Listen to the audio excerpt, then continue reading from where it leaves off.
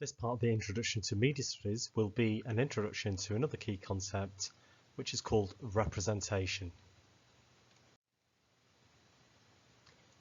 And the focus for this, of course, is the set text of Beyonce's Formation music video, which was released in 2016. Representation is an absolutely critical part of media studies and, of course, part of the framework for media studies. And representation gets us to think about the view, the encouraged view of a particular group or individuals or places or events that we see in the media. Now, this can be quite a wide area to think about, well, what view is being given. So what is useful to do with this is if we can break it down into a few particular areas. So we could ask what view is being given of gender, what view is being given of ethnicity, if that's relevant, what about the place that we see, what about the events that are going on, how is age being represented, and so on. So I think if we start to break it down here, we can start to think about what we might sort of focus on. So the task now is to watch the video again and just think what sort of things are being represented.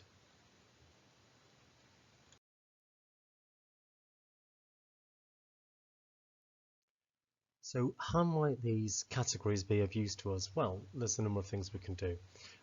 So we might, having watched the text, start to think about some of these. So clearly with this text, with this music video, we've got reference to ethnicity, and apart from the police officers that appear towards the end of the video, everybody in this video appears to be African American. Of course, we've got references to people like Martin Luther King, so we could say this is about ethnicity. In addition to that, we have gender. Beyonce, in keeping with her star persona, you're seeing is quite a dominant representation, very often dominating each frame that she's in, being in control, being the center of attention, being ahead and the center point compared to other people. But we've also got things like places. So of course here, as the video opens, we've got reference to New Orleans. So place is an important thing as well, and there's various places referenced within this video. In addition to that, we've also got events, of course, like Black Lives Matter, the movement that started in 2016 and continues to this day. So we're going to look at the first one of these concepts in more depth, and that is the area of ethnicity, and look at how that is being represented within this video.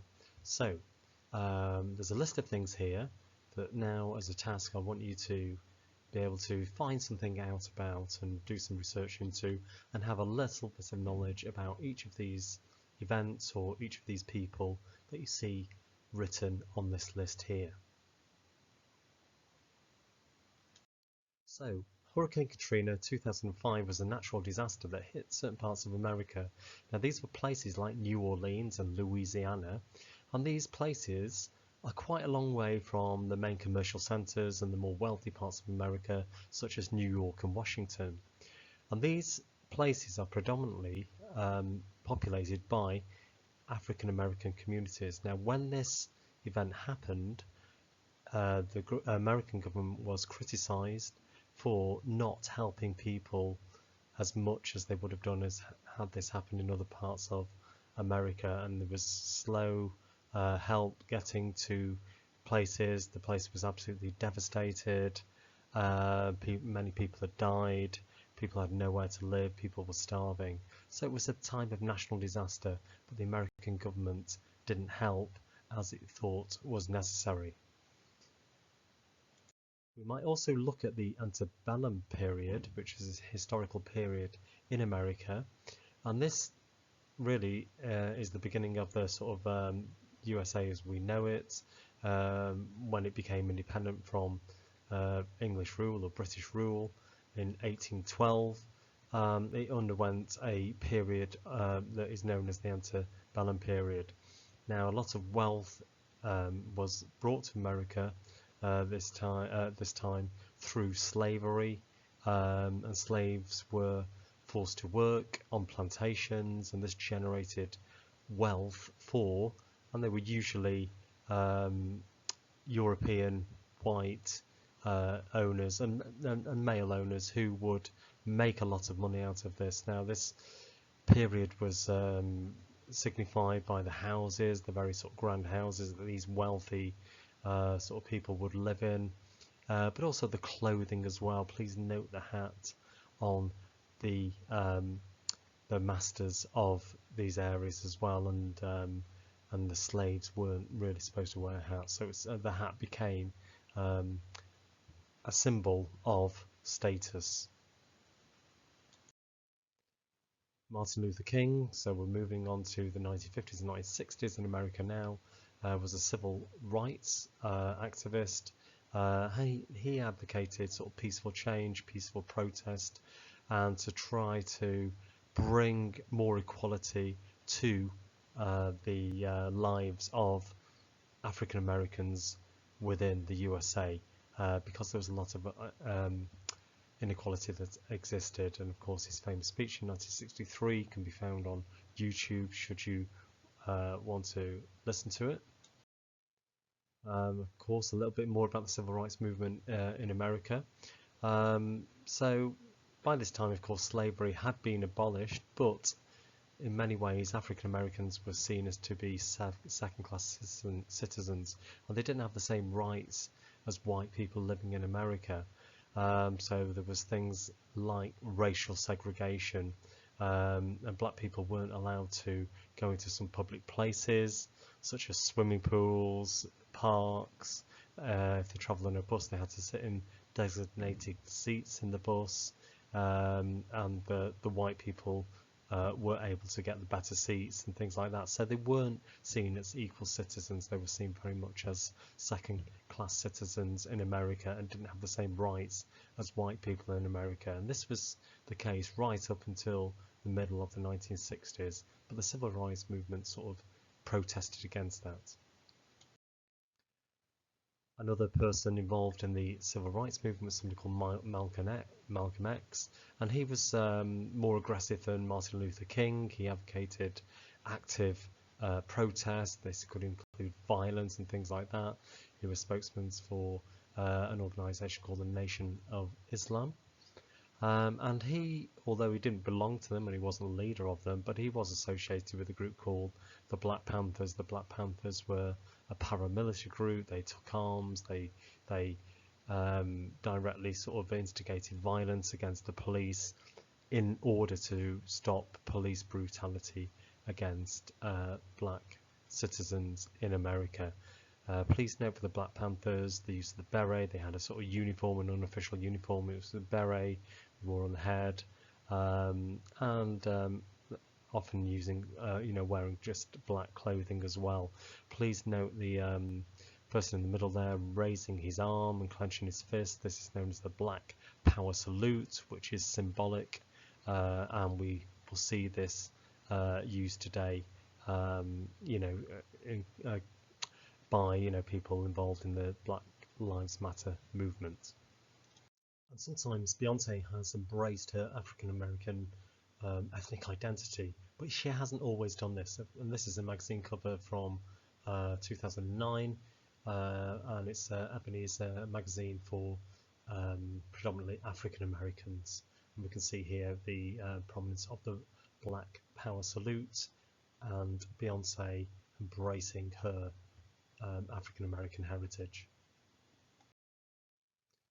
Okay, so already spoken a bit about racial segregation, so we get some idea here of life as it was for black people, racial segregation, having to sit at the back of the bus, or being separated from white people, not being allowed to mingle with white people in cities in America. So this was commonplace, and this was the way people used to live. And of course the Black Lives Matter movement started in the early part of this sort of decade, really, I think 2015, 2016, and it was a movement that tried to demonstrate against violence towards black people from the police. and it was to do with unarmed black men mainly being shot and becoming victims of violence against a largely sort of white police force. And we've seen this more recently with the murder of George Floyd, and again the Black Lives Matter movement have been prominent in protesting against this police brutality. So this is a movement that goes on into the present and the modern day. Rodney King, quite interesting in terms of the imagery in here. Rodney King was somebody who was stopped by police in LA, and he was beaten up, dragged out of his car and beaten up. He wasn't killed by police at this time, but they beat him up. And you see the number of police officers compared to Rodney King here, hardly a fair fight. The thing with this, it was actually filmed by somebody who was, not part of this, and they released this to a local news station in LA. As a result of this and this, complete injustice and act of brutality, it resulted in what were known as the LA riots of the 1990s. Watch a film called Boys in the Hood if you want to get more information about that. Please note on here as well the time of the attack and the date of the attack as well, and we might be able to link that into the video. Also, the grainy quality of these images are important as well, and we can link that in with parts of the video that we're going to look at in more detail. As media students, you should be now thinking, well, what is being represented here? So there's never just one thing represented, of course, it's more complex than that, but we have certainly ethnicity with the representation of African American people, but we also have a representation of America as well. So we could say nation is being represented, and also we have a number of events such as the Civil Rights Movement and also Black Lives Matter. So we've got different things that are being represented here. But what we can do is look at the text in more detail and develop those analytical skills by looking at particular aspects of this music video and thinking about why are they there. We might have some more answers. So the first image we'll have a look at. Now we've got Beyonce crouched down on the top of this New Orleans police car, and we can see the name New Orleans clearly there, surrounded by water. So we might clearly start to think, well, this is about Hurricane Katrina, where there was devastation. The police were seen to not be able to control the situation or help the people who were there. And of course, what's interesting to this is Beyonce herself looking quite powerful and quite dominant over it, maybe all-knowing, all-seeing.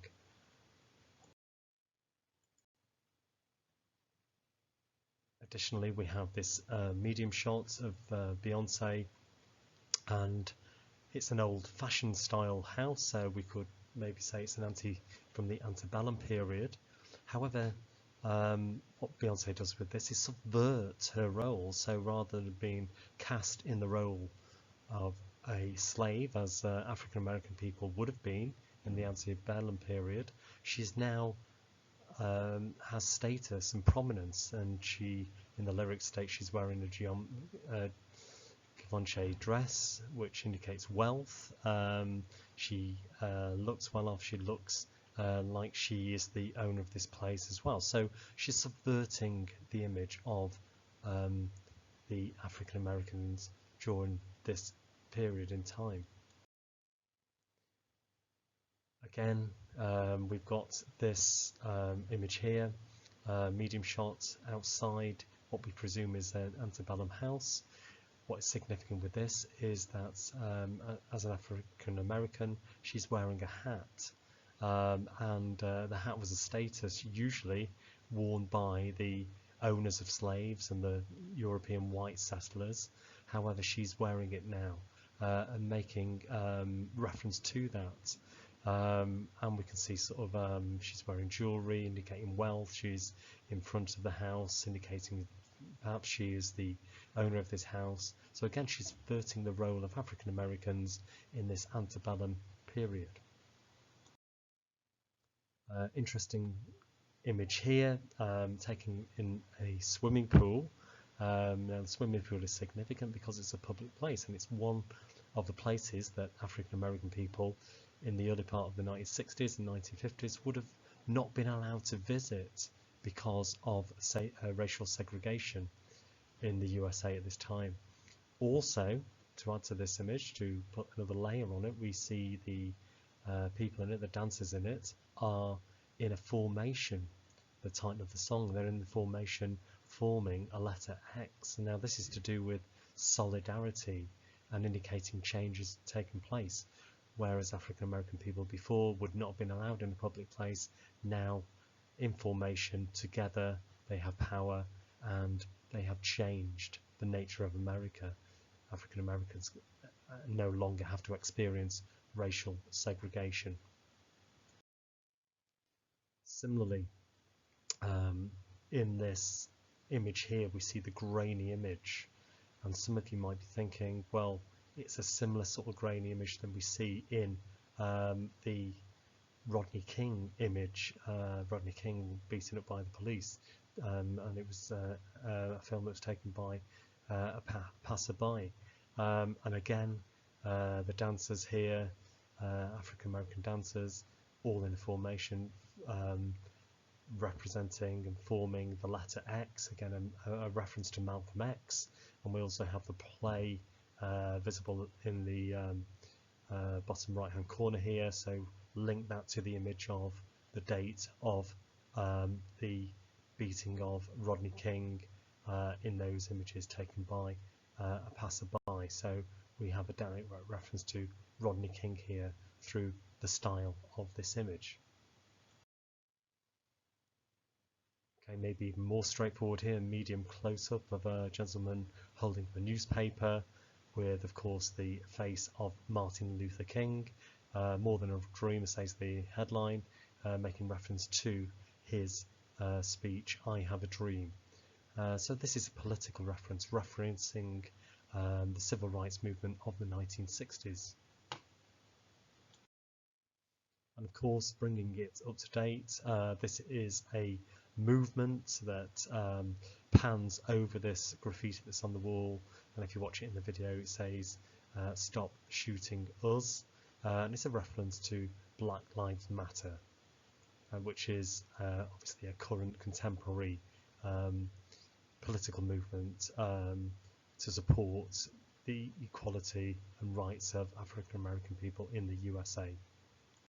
So now I'm hoping that you, as media students, are starting to look at this text in a very different way. It's not just a music video, it's not just something to think about the melody and harmonies within the music and watch the dancing and so on, but it's making a different point. It's representing the history of African Americans and political struggle throughout time in the USA. And we can start to think about those representational issues. The next stage, though, once we've started to identify these things in an A-level like media studies, is that you have to develop written skills. So your analytical skills, ability to pick things out from a text, identify them and think about meaning and things like that, need to be expressed through your written work, and that's the next stage we're going to look at. Now, within the exam, eventually you might be asked to answer a question such as the one you see on the screen here. How does Beyonce's Formation video create meaning for an audience? Now, once you've got the knowledge of the historical aspect of this music video, you can start to write about it. And really, I want you to be able to develop a way of writing, as you can see in the sentence at the bottom of the screen. So if we just have a think about that, the long shot of Beyonce sat on a New Orleans police car surrounded by flooding and devastation is a reference to Hurricane Katrina 2005, in which the US government were criticised for not helping the large African American population. How does that translate? What has happened here?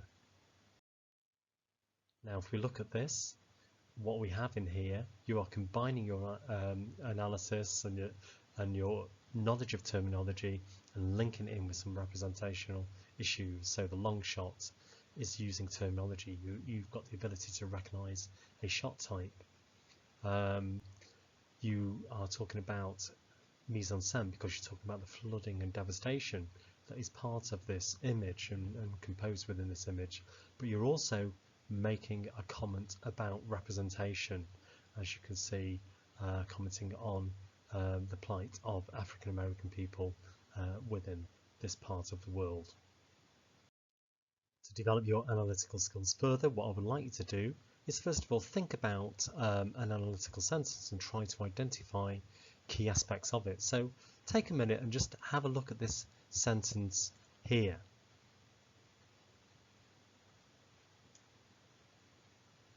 Now the aim is to pick out aspects of this and to think about this.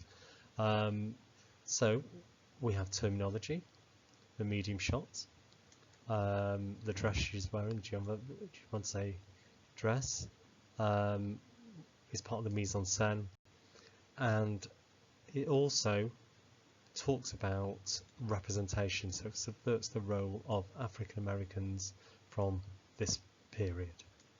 Okay, so again we have a analytical sentence or an analytical paragraph, an analytical statement, if you like. What I would like to do now as a challenge is to have a go, pick any shot from the video that you think is appropriate and have a go at writing an analytical statement in a similar sort of way. It's got to include a shot type, it's got to include a comment about the mise-en-scène, and it's got to include a comment about representation. So have a go doing that.